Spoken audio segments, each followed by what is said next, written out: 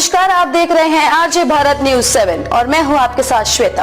तो चलिए रुक करते हैं आज की प्रमुख और बड़ी खबर पर। इस कद्दावर नेता ने बढ़ाई बीजेपी खेमे में हलचल, उनके ही रिश्तेदार को उतारने की तैयारी में बीजेपी, रोचक होगी जंग।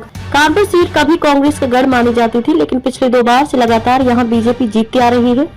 ऐसे में इस बार मुकाबला दिलचस्प हो सकता है। यूपी में सपा कांग्रेस गठबंधन में कानपुर सीट कांग्रेस के खाते में आई है, जिसके बाद बीजेपी में भी हलचल बढ़ गई है। कांग्रेस इस सीट पर अपने संभावित कद्दावर नेता और पूर्व विधायक अजय कपूर को मैदान में उतारने का मन बना रही है। अजय कपूर एक मजबूत दावेदार कांग्रेस के रूप में साबित हो रहे हैं।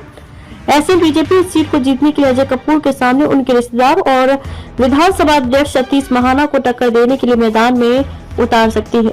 कानपुर लोकसभा कभी कांग्रेस का गढ़ मानी जाती थी। यहाँ से 3 बार लगातार कांग्रेस के सांसद रह चुके हैं। इस सीट पर कांग्रेस के श्री प्रकाश जायसवाल और पूर्व कोयला मंत्री ने यहाँ सीट पर बीजेपी को पनपने नहीं दिया था, लेकिन 2014 के चुनाव में कांग्रेस को सीट से बेदखल करने के लिए बीजेपी ने बड़े दिग्गज मुरली मनोहर जोशी को मैदान में उतार कर इस पर कब्जा कर लिया था। इसके बाद 2019 में मुरली मनोहर जोशी से ये सीट बीजेपी के सत्यदेव पचौरी को मिली थी, जहाँ उन्होंने जीत हासिल की थी। इस दिग्गज पर नाम लगा सकती है कांग्रेस एक बार फिर गठबंधन के माध्यम से अपनी खोई हुई इस सीट को जीतना चाहती है। माना जा रहा है कि पार्टी यहाँ दिग्गज नेता अजय कपूर पर दांव लगा सकती है।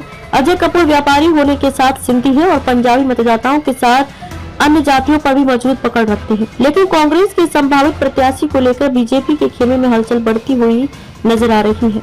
बीजेपी के वर्तमान सांसद सत्यदेव पचौरी 70 की उम्र पार कर चुके हैं और इस सीट पर बीजेपी को कमजोर दावेदार के रूप में नजर आ रहे हैं। इसके चलते बीजेपी 2024 लोकसभा चुनाव में कानपुर सीट पर कानपुर के पूर्व विधायक और विधानसभा अध्यक्ष सतीश महाना के लिए इस सीट पर मन बना रही है। इस सीट पर महाना को मैदान में उतरने की एक बड़ी वजह यह है कि सतीश महाना कांग्रेस के संभावित प्रत्याशी अजय कपूर के सगे साड़ू भाई हैं। उनके मैदान में उतरने से अजय कपूर की ताकत आधी हो जाएगी। माना जा रहा है कि महाना के आगे अजय कपूर अपनी दावेदारी पीछे कर सकते हैं, जिससे कांग्रेस के पास कोई मजबूत दावेदार नहीं बचेगा। कांग्रेस नेता अजय कपूर ने अपनी विधानसभा में हारने के बाद गोविंदनगर सीट पर बीजेपी के महेश त्रिवेदी ने अपना कब्जा बना लिया था, जिसके बाद अजय का वर्चस्व लगातार कम हो रहा था।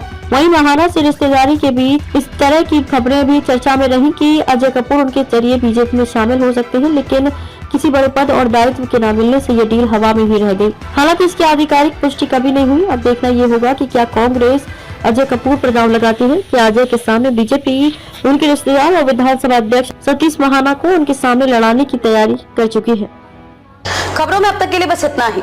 फिर होगी आपसे मुलाकात ऐसी किसी बड़ी और खास खबर के साथ। तब तक के लिए नमस्कार और देखते रहिए आरजे भारत न्यूज 7।